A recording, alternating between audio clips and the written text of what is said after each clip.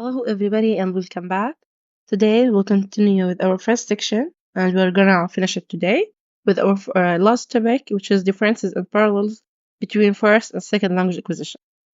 But before we start, as always, we'll start with a quick quiz. This time it will be about our previous video, which is a critical period hypothesis. So, our first question: what do we call the imitation of young animals to adult models? We talked about the critical period in animals, so we gave it a name.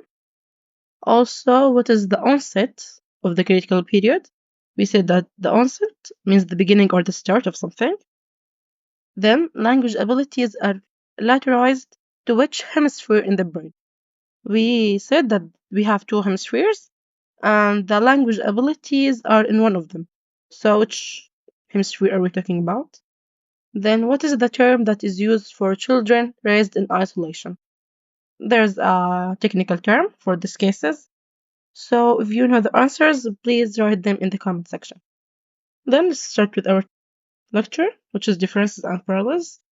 First of all, we have the differences. The first difference is the age factor, obviously. The difference between children and adults, or the most obvious difference between learning of first language and second language is the age factor. So children learn or acquire their first language when adults acquire their second language. So the development of the brain and cognition are at an early stage. So in children, their brain is still developing. There's still cognitive abilities or stages that they're still acquiring at the time.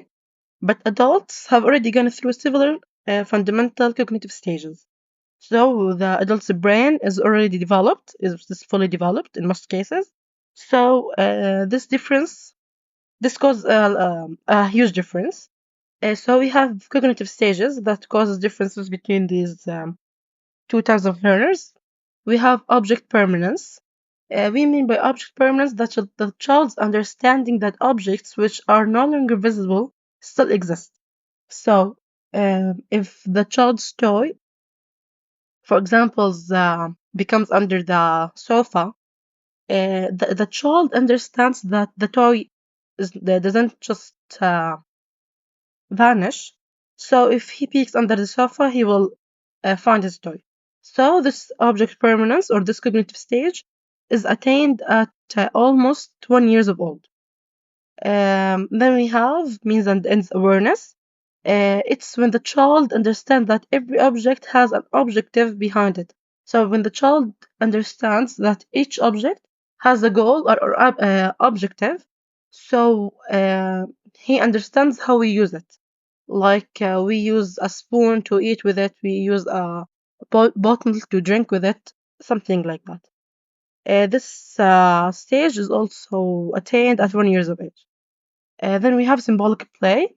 This stage is attained at 2 years, almost 2 years of age. It's when the child uses an object to imitate another object. So, for example, when he holds a stick and says this is a sword, or uses the chair as a horse. So, this symbolic play is one of the cognitive stages that the children go through in their early years. But in the cases of adults, they have already gone through these stages. Then we have our second difference, which is metalinguistic knowledge. So when we talk about metalinguistic knowledge, we mean that we refer to the language using language itself.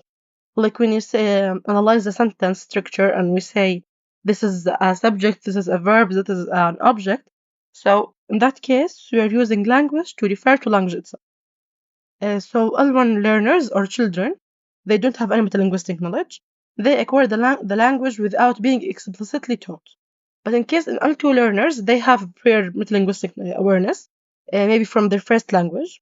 So they know what a subject mean, what an object mean, what a preposition mean. So they have metalinguistic awareness. And they prefer to be taught through explicit exposure to grammatical rules. So in case of children, they don't have to be explicitly taught. They acquire the language from being exposed to it. But in case of L2 learners, they prefer to be taught through explicit exposure, like in classrooms, in schools. or in any type of teaching setting. We have our third difference, which is linguistic systems to use. So L1 learners obviously have only one linguistic system to rely on because they are learning their first language. But in case in L2 learners, they have more than one linguistic system to rely on. They may have one, two, or three. So in their case, they have more than one linguistic system to rely on. Actually, this may hinder their acquisition process because they tend to use their first language that they already acquired in their childhood, so like their mother tongue, because they are more comfortable using their first language. It's like going to their safe zone. They can express their needs and express their meanings in their L1, so they most likely don't use the L2 in most cases. Also, L1 learners, because they have only one linguistic system or one language, there is no transfer. We mean by transfer, like transferring rules or ideas or something from the first language to the second language. So because L1 learners have only one linguistic system, there's no transfer by default. But in case of L2 learners, there's most likely there's transfer, like transferring L1 structures to L2 or L1 grammar, L1 pronunciation, transferring it to L2. Actually, this transfer may be positive or negative, so it's like a double-edged sword. Then we have our fourth difference, which is social context, like the expectations and encouragement from the society. In case of L1 learners, there's a lot expectations. Like we don't expect children to speak fluently or without mistakes, but we expect the exact opposite from adults. So we don't expect from an adult to make many mistakes. So we expect him to talk fluently, even if it's not his or her native language. But in case in L1 learners, there is high encouragement. So if the child utters one or two words correctly, there is high encouragement. We encourage them because we think that's achievement. But because in L2 learners, even if they achieve fluency, there is no encouragement in most cases because that's what's expected from them. So that puts pressure on them actually. Also, in case of L2 L1 learners, there's most likely speech adaptations, or what we call the speech-directed speech, child's directed speech. But of course, there's no speech adaptations in the case of L2 learners. Sometimes native speakers do some adaptations, like slowing their speech, repetition, or a question for clarification for the case of L2 learners, but that's not always the case. So that makes a huge difference between the two. And we have the context of learning. So L1 learners learns at home in most cases, and or through interaction with caregivers, that may be at home or outside home. But in case of L2 learners they learn in school. Also, they learn through instructional setting, like schools, centers, maybe online classes. So there's instructions. They may use the language through these instructional settings. Then we have the exposure time. L1 learners obviously is exposed to the language all the time because it's their L1.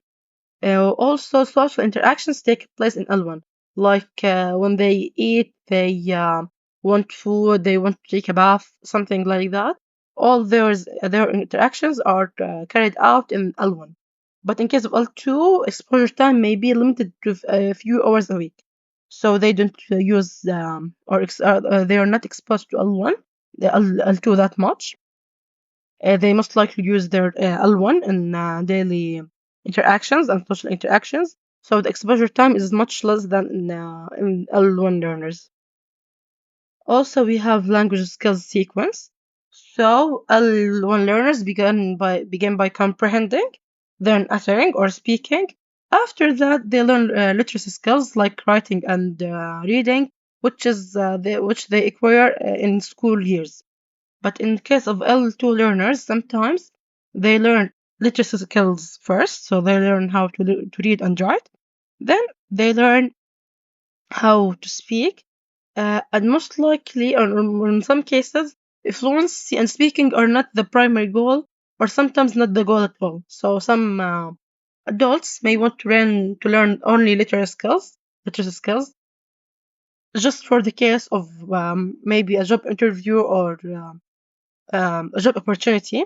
So sometimes the speaking or fluency are not their goal at all. Then we have our a final difference, which is attainment. So the attainment, it's like the proficiency level in that language. So L1 learners obviously become native and fluent speakers because it's their L1, it's their mother tongue. But in case of L2 learners, they don't achieve native-like proficiency in pronunciation. So even if they practiced a lot and achieved the native-like proficiency in reading and writing and everything, there will be still a difference from native speakers in terms of pronunciation. Also, there's a broad range of proficiency levels. So in L1 learners, they will all be native speakers. But in case of L2 learners, we have a range of proficiency levels, like they're B1, B2, C1, C2. These levels, there's a range of proficiency. Each learner achieves different level. After talking about the differences, we have the parallels or the similar parts between the two languages. First of all, the learner obviously needs to be exposed to the target language. Without exposure, there is no language acquisition, like we said in the case of feral children. Then there's a considerable amount of repetition. Of course, we don't acquire the language through being exposed to it only one time, or like we need to repeat. In case of our L1 and L2, repetition is always there. We have the use of prefabricated language units as formulaic sequences or expressions. So, what is prefabricated language or units? Like learning sequence of words together, like how are you, I don't know. So these sequences are learned together as a unit by itself. So most likely, the learner learns how to use the whole unit before knowing how to deal with its parts. Like he uses I don't know before knowing how to use no or don't separately. So the use of prefabricated language is there most of the time. L1 learners and L2 learners acquire prefabricated language for daily use. We have also learners tend to understand much more than they can produce. In both cases of L1 and L2, production is always less than comprehending. So they comprehend more than they can produce. So comprehension don't equal production, to be specific. Then we have typical errors occur like overgeneralization. In case of L1 and L2, overgeneralization is there. So L1 learners, children, tend to overgeneralize in their early years. Also, L2 learners overgeneralize. Sorry, just a second. Yes.